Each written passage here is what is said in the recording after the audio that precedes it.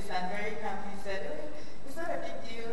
You just tell us about what you do and your experiences. So she has summarized that nicely, and now I don't know how to start.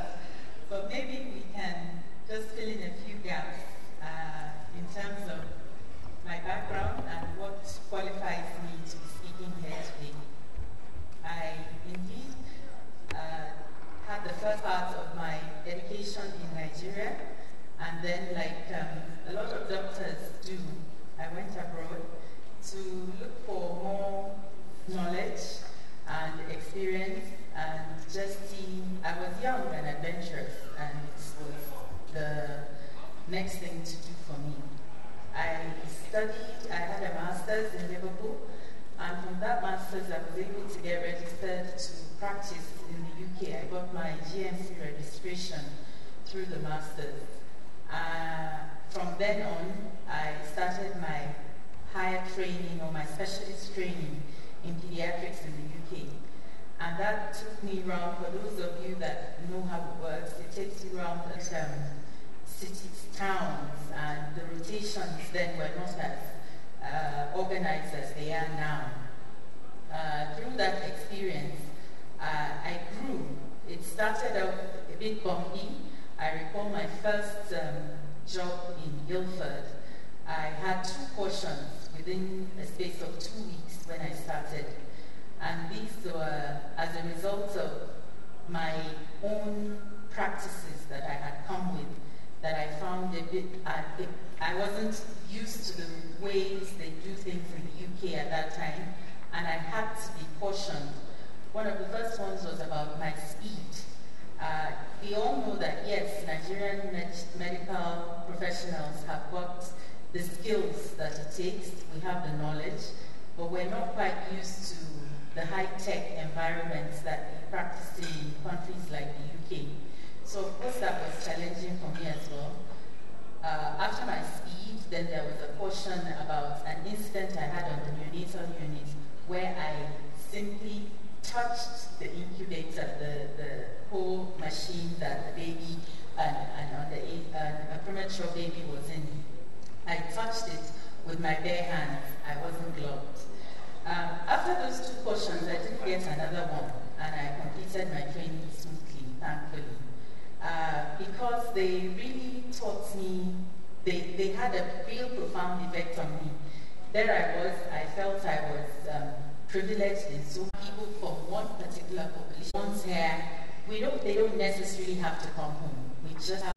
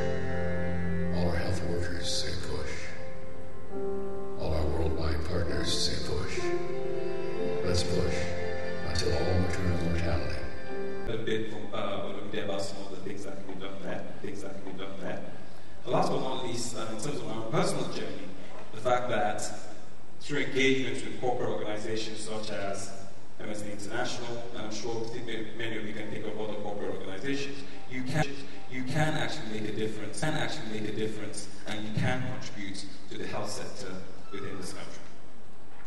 So the first thing, which is basically about prioritization of maternal health in Nigeria. For us, MSD, for others, the simple answer is no woman should die of human life. That's the baseline. Maybe because of the high birth rate for women to die. Maternal mortality is measured by something called MMR, maternal mortality rate ratio. And That's basically the number of deaths per 100,000. So let's make some comparison. In Nigeria, I came back a few days ago, and in conversations with friends in my network, 2 people talking about people they've lost. I mean, you just wouldn't have that conversation typically in the diaspora. I think that basically stresses to us some recent research around making this drug stable, be stable. So, we thought this has a potential data. I mean, like, okay, well, why isn't it data? Well, why isn't it data? Well, nobody ever studied it. Okay, can we do data? Research on that. Well, we do the experience of mothers that are going to facilities. Nigeria is one of those countries that's participating in the QED. And what we're doing is prioritizing that and the private sector, the contribution potentially that the private sector can actually make to our health ecosystem is the use of PPMVs. I'm sure most people in the room knows about them, and access to modern contraception. Nigeria has 10% use of modern contraception by married women. That's one of the lowest globally. Again, I don't want to get kicked out, but fact. Now, how do we increase that? We've tried different avenues in terms of trying to get to increase the uptake of and use of modern contraception, but it just doesn't seem to be quite working. And one of the things that we're exploring with a number of partners is to think about the use of PPMVs and see how they can get modern contraception to the last mile. Very often the women that need these products don't have the pharmacy sitting on their doorstep, but they need those very same access to medication, they need the same access to things like contraception that you and I do. So that's just another way in which we're trying to make a difference here. So, I hope I've been able to tell you something about why maternal health needs to be prioritized in Nigeria. Also, the role that private sector like mine can make in this type of environment. Last but not least, my journey in terms of how I've been able to engage and contribute to the Nigerian health sector. And interestingly, I mean, this is something that I started off doing, not just in terms of medicine for mothers, but actually with a former company as well, working in HIV. And I actually recognized someone who I met, I think, 15 years ago or so, doing the same thing. I have a business background. I've worked in pharma for over 10, 15 years, much more than that. So that's the way I know and what I'm used to, but I want to contribute back to my country. And there are avenues such as this in which also others can make a difference. So thank you very much. I look forward to the rest of this session. Cheers.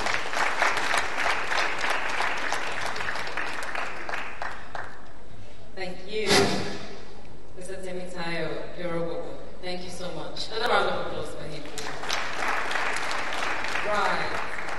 So we move on swiftly to our next speaker this afternoon.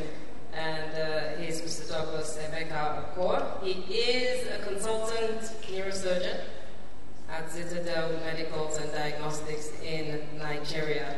And he's a foremost Nigerian health sector advocate, an entrepreneur, motivational speaker, youth empowerment mentor. How he does it all, I don't know. I guess he'll share with us when he gets here. But he's the co-founder and chair of the Ashanti Graham Health and Education Initiative Foundation. It's a charity with the vision 21st century healthcare for Nigeria. Ladies and gentlemen, let's welcome Douglas Emeka Okor.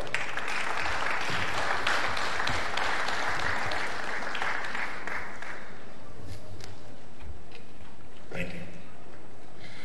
Can you all hear me? I will not hear you. Change is upon us. There's a transformation within the Nigerian healthcare space. Big up and Tribosa to Epi Afrique, to Nigerian Health Watch, and the Future of Health Conference team for organizing this. This should continue because The Nigerian patients are worth it. My name is Douglas Emeka Oko. I'm a brain and spine surgeon. A neurosurgeon is actually a brain and spine surgeon. I want to talk about this brain gain by first telling you a gain story. This lady you can see on the screen, she's in her mid-30s. In August of last year, she developed a sudden onset of headache on the left side, bang! And a few days down the line, she developed what we call ptosis, meaning she couldn't open her left eye. You can also see the picture. But also she had frozen eye, so she couldn't move that eye. She's actually based in Lagos. So she went to hospital there, and guess what the diagnosis was? What was the diagnosis? Malaria and typhoid. Oh my God. Malaria and typhoid. People are laughing. It's not a funny thing. Next slide, please. So this is a video. Now, this is a CT angiogram. It's a brain scan looking at the blood vessels in the brain. Can anybody see what the problem is there? Where the arrow was pointing to? Now, this lady had an aneurysm. An aneurysm is a weak blood vessel. The predisposing factors are smoking and high blood pressure, the two key ones. Now, an aneurysm can rupture. And when it ruptures, in about 30% of patients, they don't even make it to hospital. Now, all you sitting here, do you know if you have an aneurysm? Actually, nobody knows. So you can imagine, in a country like ours, with a very poor healthcare system, if you're the president, the Senate president, an Okada driver, a businessman, and you have a ruptured aneurysm and you don't have capacity to actually look after that patient, what happens to you? You die.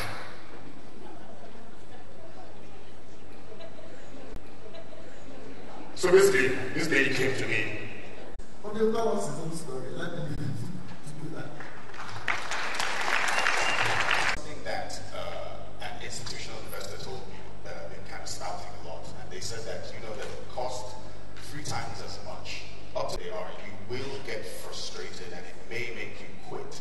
But I think it's very important that we understand what those things are. So for me, I'll take the issue of capacity, so clinical skills, for example. So one of the things that I found after a couple of years was that this issue of bad practice, 10 pounds of weight loss, a couple of other things. So I read somewhere that we need to set goals that match the scale of our challenges. And one of the mistakes that I made was that we set goals to fix all of to get things done. We focused on those few interventions that were within our range of expertise and skills. And not only did we learn faster, but we were also able to kind of build the morale of people who had been slugging away, trying to actually do things. It can be very, very demoralizing. Hardship, and then you're also not seeing any momentum in what it is that you're doing. It is something that I think has broken a lot of people. So the next slide, I said here, humble yourself.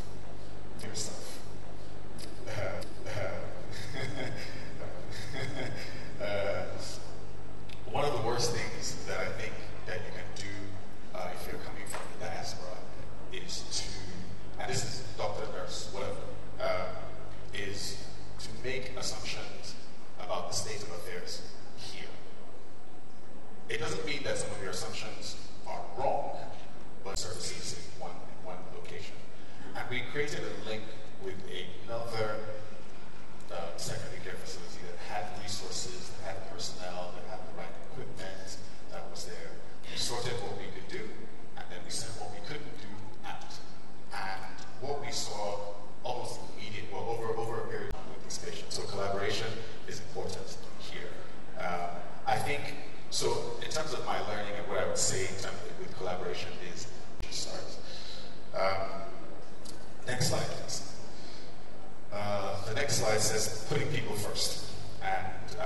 this was really around trying to remember who we're doing all of this for. It's like through all the hard, because we don't ask them. Like, we don't ask them any questions. So we went out and we started asking questions. So we asked hundreds of people in Lightborough Market. We brought them in and we sat with them and we said, you know, who are you? What do you do? Like, we collected a lot of information from these guys. Healthcare, what are your challenges? Public sector, private sector, all this sort of stuff.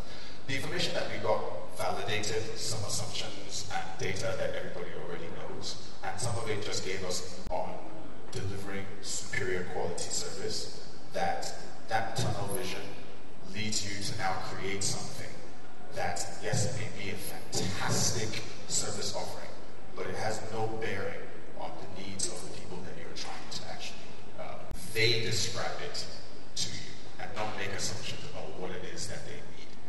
Otherwise, there will always be a mismatch between what you're doing and what the patient actually wants.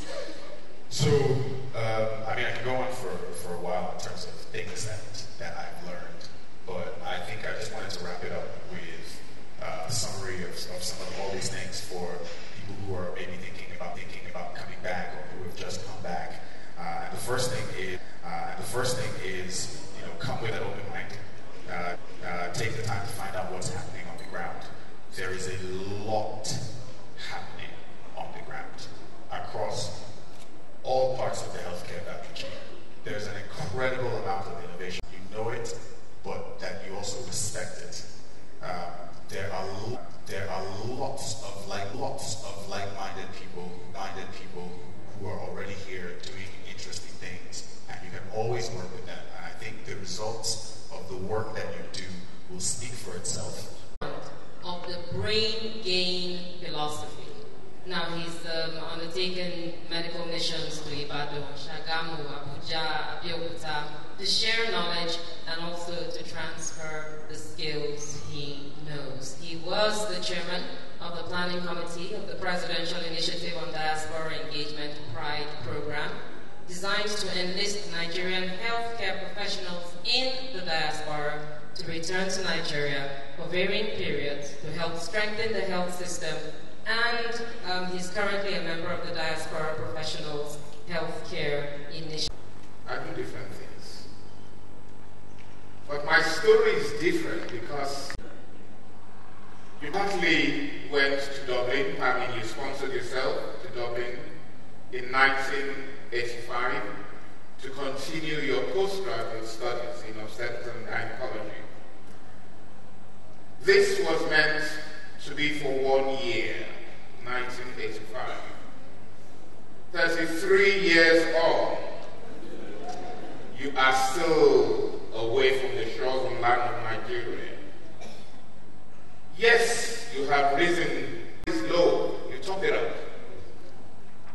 When the heart knocks because you haven't looked after yourself, short of a transplant, which you don't have, the next thing is death. Recently, you facilitated a mission by four consultant psychiatrists. I come home regularly. People when they want to go to Spain or to America, they get onto the plane. Oh boy, when you want to come to Nigeria, you fast and pray. Fast and pray for how many days? Because you are coming home.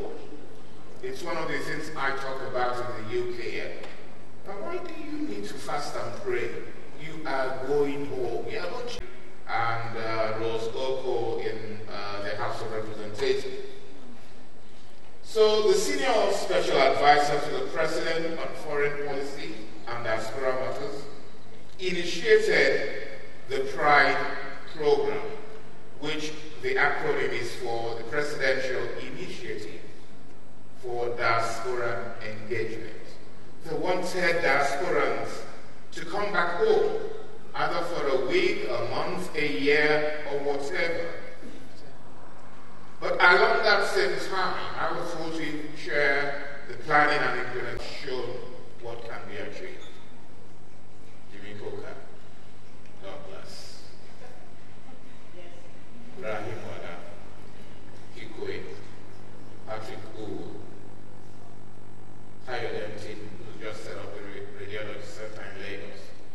many, many people. But while I sat there before coming up here, what struck me was all of these were in the private sector. Who's looking after the private healthcare system? Who's looking after? Do you know how many nurses in America, all over the places, physiotherapists, occupational therapists? A lot of them. We need the human resources. And the third point here is transformation. You can help the government. And when I have told him I'm going to give him some estrogen hormones to try and calm him down, you need passion. You need patience. You need to partner with people. We want to see progress. But above all of this is resilience, which is what everybody has said. It's not easy. There are no medals. It's not easy coming back. You will meet all sorts of obstacles. You will not find your file unless you give money. So you need that resilience to weather the storm. Rotimi, I know you will answer the call. However, to have the cooperation of your home-based colleagues, that is my colleagues in all specialties, avoid being pompous and paternalistic. There are some of us who come from the diaspora. I don't use the word we're coming to teach you. We're coming to share knowledge because I learn as well when I come. So when you come with that arrogance, you will meet a brick wall. We're all humans. I was just privileged to go abroad, but I trained in Ibadan, and I'm proud of that. What I learned, who I am today, is because of what I got from Nigeria. Yes. The reassuring thing is that you have the professionalism and the passion to drive the brain gain movement. Nigeria's brain gain will meet its human capacity building, knowledge, capital, strengthening of its health system. Rotimi, you are in a position to be an advocate and an instrument to reverse the brain drain. You are under the threat of Brexit or Trumpite in America. So all of us with the diaspora, I tell them all, even my children, yes, you have a British passport, but you're black. One day, somebody might come and sell blacks to live better. The Windrush happened. So let's think about coming home. There's no place like home. What will lure you back? I know what you want of government. It needs to address the pull and push factors, the root causes of migration. And there are lots of it. We need the capital outlay for the diaspora engagement program. We've heard that there's 150 million or billion, did you say, sitting somewhere in the ministry. This should be used. Remove bureaucracy. There has to be merit in promoting people.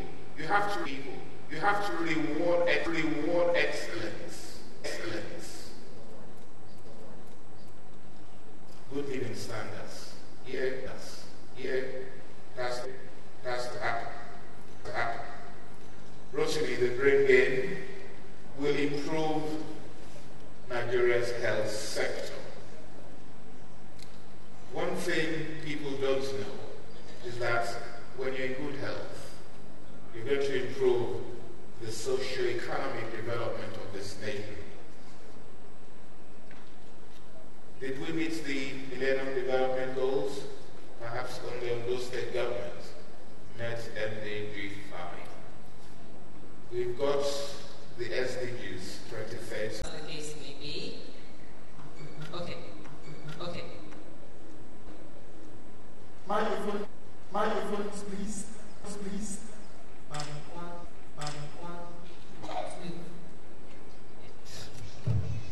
Yeah, thank you very much, Jimmy Coca. not work with you. If that's going to stop us from getting business, so be it. But we will not take kickbacks from anybody. And I don't encourage anybody to do so, because it is pervasive and it afford it, such that people can, you don't need to do it at scale also, like we have said, you can take it in small according to Dr. Perry, but if you can support one community, maybe your community, with the little you have, to support the poor to give them. So these are my thoughts and my questions. Thank you. Thank you for sharing. Okay. Perception in regards to married women in Nigeria. And I believe that one aspect that we miss is the gatekeepers. And the gatekeepers are not necessarily the community leaders. The gatekeepers are the religious leaders in our country.